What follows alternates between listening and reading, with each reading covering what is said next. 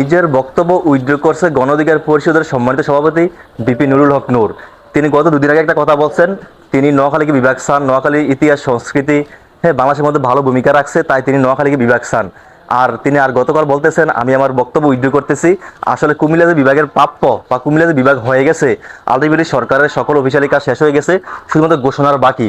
তাছাড়া কুমিল্লা বিভাগ হবে এটাই শিওর, আপনারা নিশ্চিত থাকুন। আমি আমার বক্তব্য উইথড্র করতেছি। তো আসলে দেখেন, একজন রাজনৈতিক ব্যক্তিকে গত দুদিন আগে এখানে জড়াইছে, হ্যাঁ নোয়াখালী বিভাগ চাই এটা বলতে বাধ্য করছে, অবশ্যই বোঝা যায় এটা কিভাবে তাকে বলাইছে যে নোয়াখালী বিভাগ চান, এটা আপনি বলেন। আর আমার মনে হয় এক প্রকার প্রেশার ক্রিয়েট করছে ওনাকে, ঠিক আছে। তারপর উনি বলছে, আসলে এটা হাস্যকর, এমন কিছু হওয়া প্রাপ্য না। আর কুমিল্লা যে বিভাগ হবে এটাই শিওর, এটাই বাস্তবতা, আপনারা বাস্তবতাকে মেনে নেন। আসলে হিংসা নয়, হ্যাঁ আপনারা নোয়াখালী বা কুমিল্লা পাশাপাশি জেলা, এখানে যদি কুমিল্লা বিভাগ হয়, কুমিল্লা উন্নত হলে আলটিমেটলি নোয়াখালী উন্নত হবে, এটাই শিওর, এটা চিরন্তন সত্য। তো আমরা হিংসা নয়, আমরা মিলেমিশে বাস করব, আমরা একই দেশের মানুষ। কোন একটা স্থান উন্নত হলে দিন শেষে আমাদের দেশটাই উন্নত হবে। তো সবাই ভালো থাকবেন, আসসালামু আলাইকুম।